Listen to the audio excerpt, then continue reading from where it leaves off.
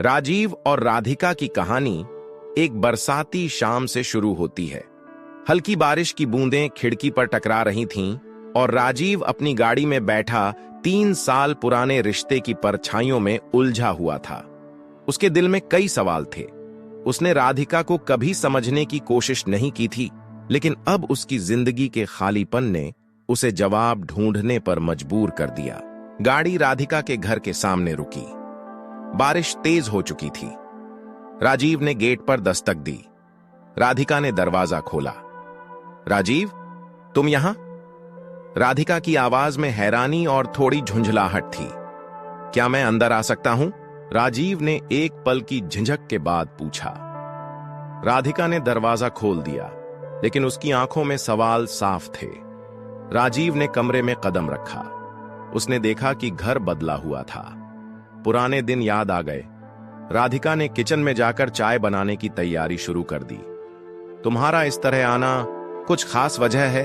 उसने धीरे से पूछा। बस तुम्हें देखने का मन हुआ, राजीव ने कहा, लेकिन उसकी आवाज में एक अनकही बेचैनी थी।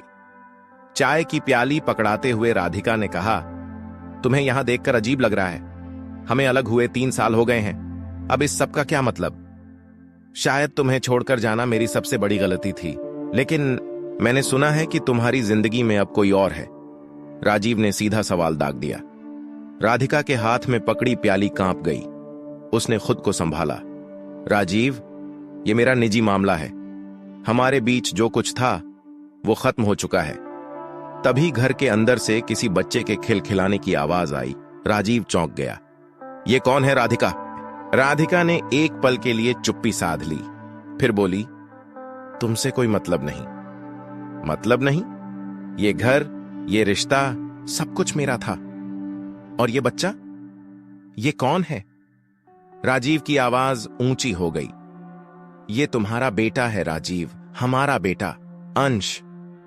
राधिका की आवाज भारी थी। राजीव के लिए यह एक झटका था। मेरा बेटा? 3 साल तक तुमने मुझसे यह बात क्यों छुपाई? क्योंकि जब मुझे तुम्हारी सबसे ज्यादा जरूरत थी, तुमने मेरा साथ छोड़ दिया। मुझे लगा तुम्हें इसकी परवाह नहीं होगी। राधिका की आंखें नम थीं। अंश कमरे में दौड़ता हुआ आया। मम्मा, ये अंकल कौन है? उसने मासूमियत से पूछा। राधिका ने अंश को अपने पास बुलाया। बेटा, ये तुम्हारे पापा हैं। अंश की आंखों में सवाल थे। पापा? लेकिन मम्मा तो कहती थी। मेरे पापा नहीं हैं। राजीव ने अंश को गोद में उठा लिया। मैं हूं बेटा, लेकिन मैं दूर था। अब मैं हमेशा तुम्हारे साथ रहूंगा। राधिका ने यह सब चुपचाप देखा। उसके मन में गुस्सा, दर्द और राहत का अजीब सा मिश्रण था।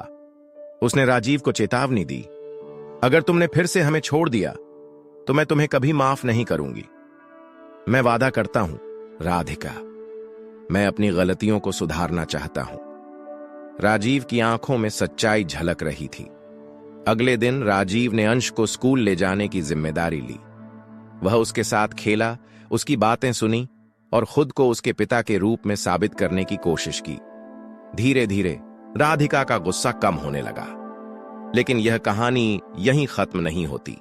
रिश्तों को सुधारने के लिए वक्त और विश्वास चाहिए।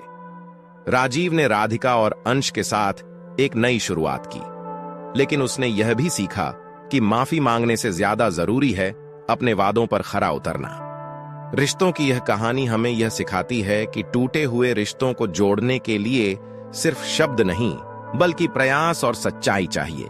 राजीव ने अपनी गलती मानी और अपने बेटे के लिए एक बेहतर पिता बनने का फैसला किया। आखिरकार जिम्मेदारी और प्यार ही रिश्तों को टिकाऊ बनाते हैं। अगर आप लोगों को हमारी कहानियां पसंद आती हैं तो वीडियो को लाइक जरूर करें और हमसे जुड़े रहने के लिए चैनल को सब्सक्राइब करना ना भूलें।